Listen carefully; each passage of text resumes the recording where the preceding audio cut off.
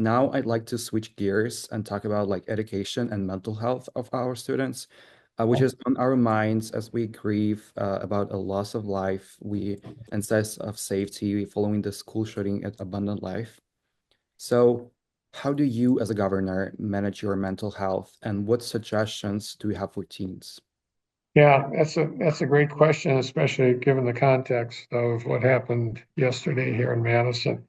The As far as I'll put Kathy and I in the same boat because we do a lot of things together, and I do believe that um, exercise is important for mental health. I mean, when we walk, we do a couple of different things. Well, we bike a lot, but we also walk a lot.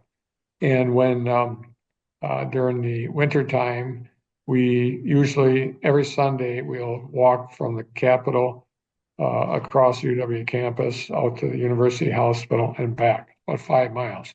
So it's good exercise, which is good for mental health, but it's also an opportunity for us because we both have busy lives outside, not together.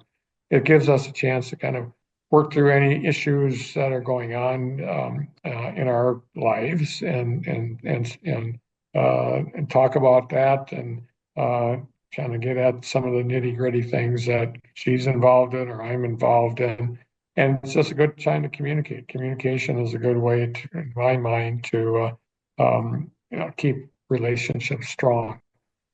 And so, and we have no children at home anymore, and so we're always glad to uh, be with our kids and grandkids on a regular basis, and we spend a lot of time going to basketball games and all that.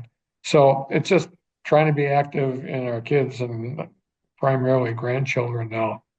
But the most helpful thing for us as far as keeping uh, good mental health is having an opportunity to get exercise together and communicate together during those times we're exercising. Yeah, well, thank you for that advice for us. And um, now moving on, the another topic I wanted to discuss is testing. It is a huge stressor for students, and many students are questioning the necessity of tests like ACT, which have been shown not to be a good measure of student learning. The ACT has also been shown to have biases. What's the rationale behind requiring the ACT as the state test? Yeah, great question. Yeah, ACT and SAT both are kind of fall into that category, in my opinion. And to me, it's just one, and I think we can probably argue about, you know, it's one factor that can be used for acceptance into a college.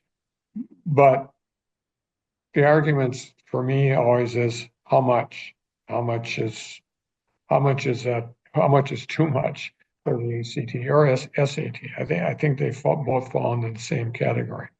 I think it's gotten a lot better in not the ACT test, but I think university systems, for the most part, um, rely on other data. When I went to college, which was a long time ago, for my first time, uh, and it was almost exclusively ACT. Period. I mean, I don't ever remember. uh, I not. I. It's not that I forgot. We never. We never had to submit a written document that might explain anything or any writing. It was exclusively grades in high school and ACT. Now the world has changed a lot in that universities, for the most part, are expanding their criteria for admittance. Now the we can go to the other extreme too. We have University of Wisconsin system universities now that essentially ask, admit everybody that has 3.0 or something. I don't know the number, but and I and so we got to find a medium point. I'm not sure high school grades should be the only one either. Uh, Criteria. So I just think ACT plays a role. We just have to make sure it doesn't play the only role. Like I said, when I went to college, it was ACT and coursework, what grades you received. So, but the difficulty, obviously, that universities have is that they have, look at Madison. How many thousands of people do they have applying? And as they broaden the interested in, whether it's a writing skill or hearing individual stories, anything like that, it just makes it more complex and more people involved. It costs more. So we just have to find a good medium. Now, I agree with you. I do not like the ACT as the only thing because it really isn't a good measure. It's a measure.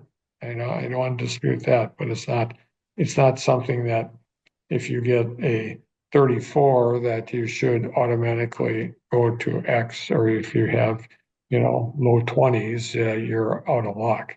I mean, that doesn't cut it for me. Okay, well, thank you for the context about the ACD and the tasks. Yeah. So that was it. Thank you so much for spending some time with us today. We really appreciate it. So thank you for joining us. Thanks so much. Thanks for your time and have a good time.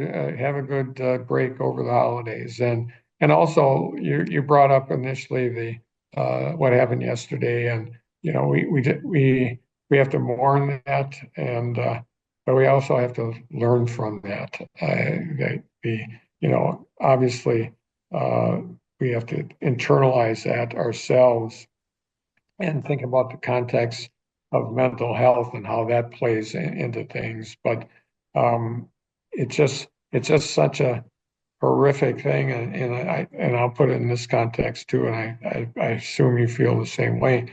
Yep. It's not often that a student is the one that causes that harm, and this was. And so we just have to internalize that and think about, do we have enough um, uh, guardrails on the issue of how how people can get guns and not get guns. Talk about, we have to think through where mental health fits into this, uh, and so it's it's horrific, but we have to learn from every one of these things to do things better. Okay, well, thank you for covering that also for us. And yes, we will grieve and mourn the loss of life we saw in the abundant life. Thank you. Yeah, So again, thank you so much for spending time with us today. Thank you for joining us. Thank you. great. Take care, Aslan. You too. Thank you. Bye.